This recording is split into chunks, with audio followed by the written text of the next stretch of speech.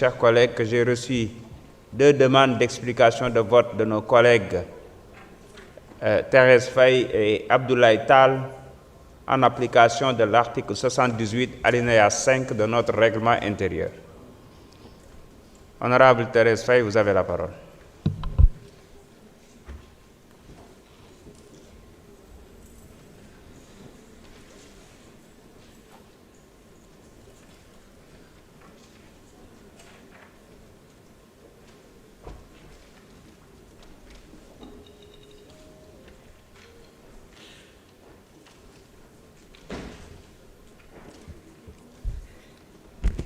Merci beaucoup, Monsieur le Président, de m'avoir donné la parole.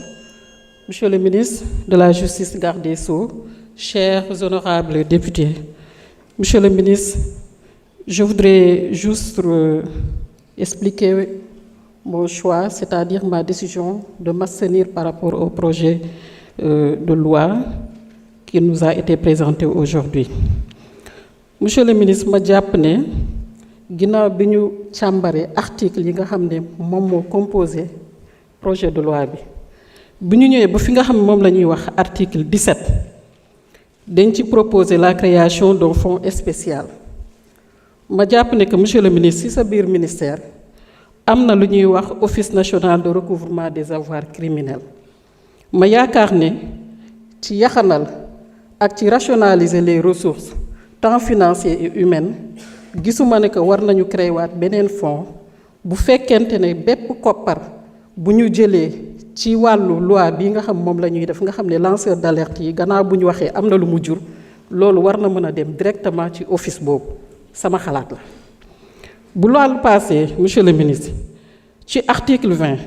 ñu ne la rémunération à 10%. Monsieur le ministre, man xawma rémunération bi ci ban niveau lay nekk. Est-ce que c'est après bi nga xam procédure bi jeex na bu ñu am gain de cause? Monsieur le ministre, ñu waxaat ne que lii nga xam moom mooy rémunération bi dañ koy fixer à 10% wala mën na nekk beneen montant boo xam ne organe nu mu tudd sax anticorruption bi moom moo koy proposer. Ma jàpp ne que monsieur le ministre, en matière de rémunération naam man su doon man ànduma ci parce que bu fekkente ne dañu ne nag patriote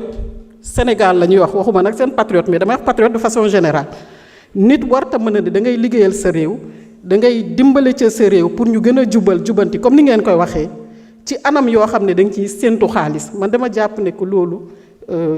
ndaanaanewul daal nekkul lu xaw a yiw ci man pour man da ngay def pour Sénégal defal te bu ci xaar dara waaye bu ñu demee nag ba nar a proposer fay boobu nañ wax ne 10% la ñu xam ne 10% la bu dul 10% ñu ne 5% la mais bu ñu ubbee beneen ouverture pour wax ne que même organe anticorruption bi war na mën a proposer ëllëg monsieur le ministre loolu mën na andi yeneen situation yoo xam ne kenn du ko mën a contrôler ndax organe boobu bu fekkente ne dépassé na chiffre bii ñu joxe bu boobaa ñun député yi ay nit dina engagé responsabilité yu ñu voté ci loo xam ne ñun fekkeetuñu bañ koy décider moo tax sànq je pense Ablaye Tall wax na ko par rapport au décret d'application yi nga xam ñooy suivre la loi il faut ñu gën a méngoo ak état d'esprit bi nga xam xëy na moom la député yi waxee donc lii laa bëggoon wax ngeen baal ma ak mais vraiment man gisuma ne ko war nañu créer waat ay yeneen structure te moom ay structure yoo xam ne ñu ngi fi déjà di liggéey ci loolu jërë ngeen jëf. jërëjëf honorable Abdoulaye Tall, vous avez commission, la parole. je pense que ñëpp xam nañ ne que là cette commission on pouvait pas être là. Merci. On pouvait pas être là. Merci beaucoup. Waaw.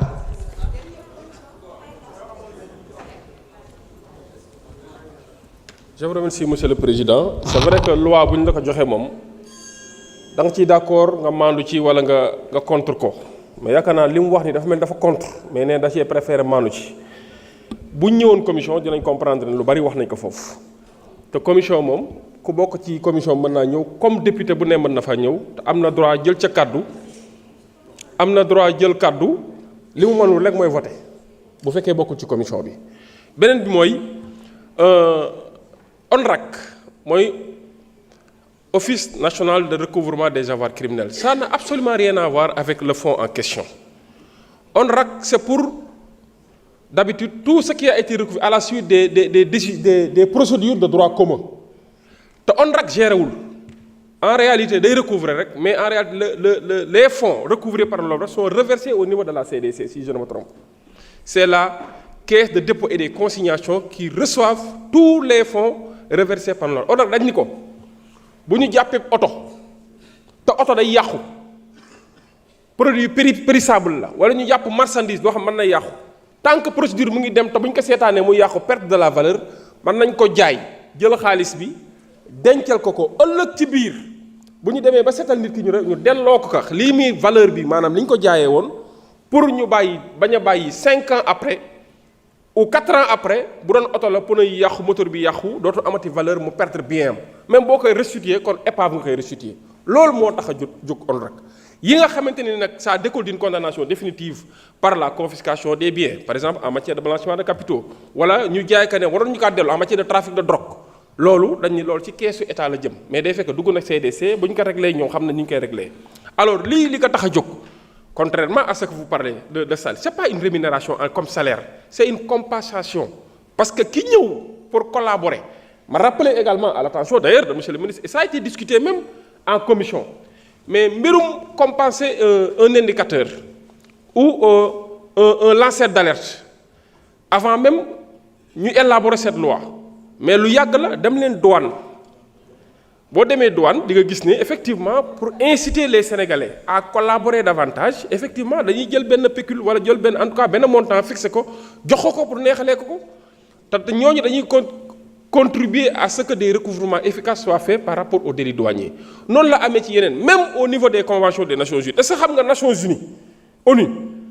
am na ay fonds yoo xam ne tout ce qui concourt même à décourager ou à dénoncer le trafic de drogue en bande organisée surtout le trafic international de drogue des fois am na ay neexal yu ñuy jox ay réew pour les inciter davantage à combattre ce fléau kon mbirum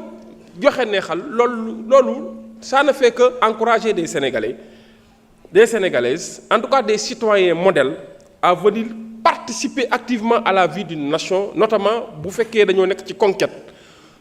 bonne gouvernance transparence et renforcement de notre démocratie parce que tout ceci est dans l'état de droit et dans la démocratie loolu moo tax monsieur le président ma ni woon dinaa joxe explication boobu tamit pour nit ñi comprendre ne loi bi voté ko pour mooy li baax ñi ko bëgg a voté contre c'est parce que dañoo comprendre ne enjeu yi dëggantaan du sax ñi fi jóge mais ñi fi nekk la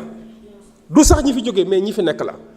élargissement assiette bi ñu def pour déclaration de patrimoine bi ñun la gën a concerne ñi fi jógee kay waxuñu leen ñu ñëw déclarer mais par contre am na ay nit yi joxe ay information xool ba ñuy génn la ñu génnaale ak ñi fi tabax ay immeuble biir Almadies ñuy tabax ay immeuble feneen ak feneen ngeen ñi gas ay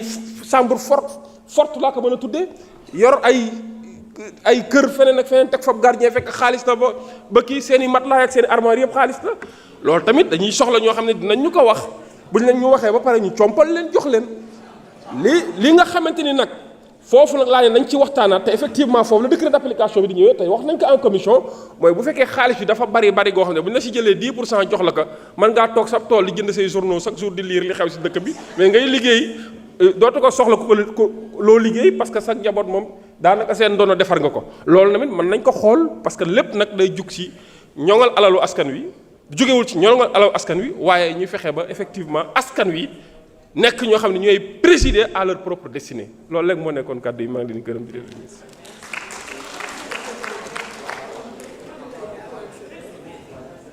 Jërëjëf honorable. Je voudrais maintenant mettre aux voix l'ensemble du texte. Le vote démarre.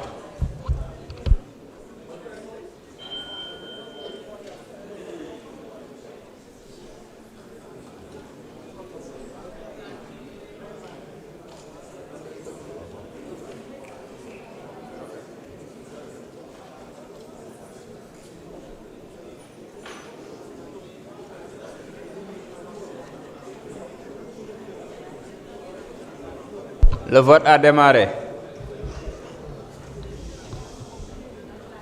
Tout le monde a voté. Le vote est clos.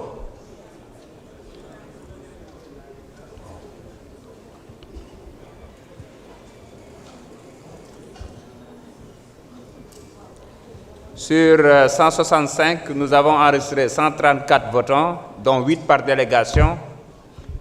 Pour 129, contre 0, abstention 5. L'Assemblée a adopté. Je voudrais féliciter le gouvernement à travers Monsieur le ministre de la Justice, garde des Sceaux. Mes chers collègues, l'ordre du jour étant épuisé, je propose à l'Assemblée nationale de poursuivre ses travaux en procédant à l'examen du projet de loi numéro 14-2025 relatif à l'accès à l'information.